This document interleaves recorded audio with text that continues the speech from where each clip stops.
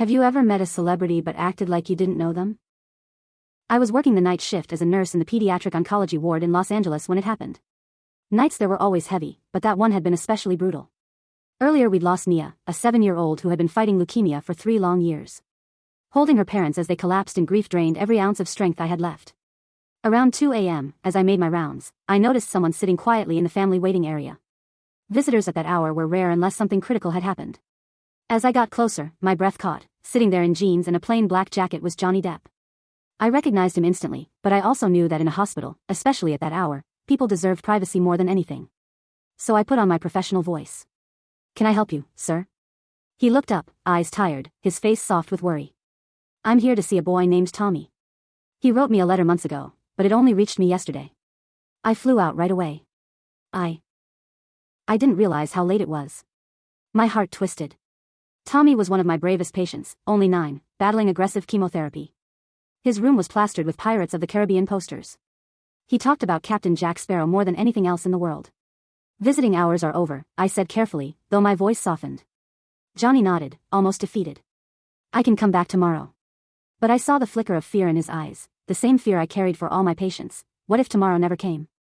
I made a decision that could have cost me my job. "Follow me," I whispered. 10 minutes. No photos. "If anyone asks, you're his uncle." We slipped through the quiet corridors until we reached Tommy's room. He was asleep, pale and frail against the hospital sheets, tubes snaking around his small body. Johnny froze in the doorway, overwhelmed, before pulling up a chair beside him. He gently took Tommy's hand. The boy stirred, eyes fluttering open. When he saw who was sitting there, his expression changed completely, shock melting into a pure, radiant joy I hadn't seen in months. "You came," Tommy whispered. Johnny leaned closer, slipping effortlessly into character. "Captain Jack always keeps his promises, mate. Just had a bit of rough seas on the way."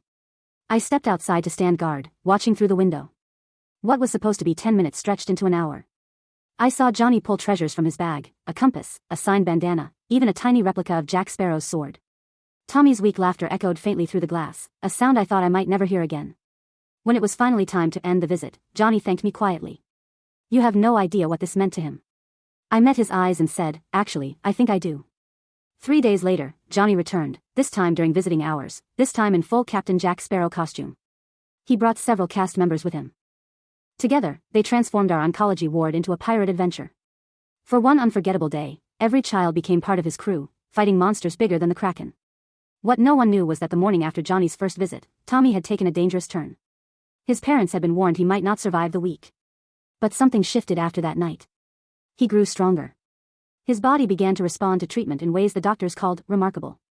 6 months later, I received a package at the hospital, a handwritten letter from Johnny and a check for $1 million made out to our pediatric cancer research program. The note was simple. For Tommy, and all the brave pirates fighting monsters bigger than the Kraken. 8 months after that first secret visit, Tommy went into remission. Today, he's 13 years old, and still cancer-free. I never told anyone about breaking protocol that night. Johnny never mentioned it during his public visits. Some encounters aren't meant for headlines. Sometimes the most powerful moments are the ones kept quietly between two people, in the middle of the night, when a pirate kept his promise to a little boy who believed in him.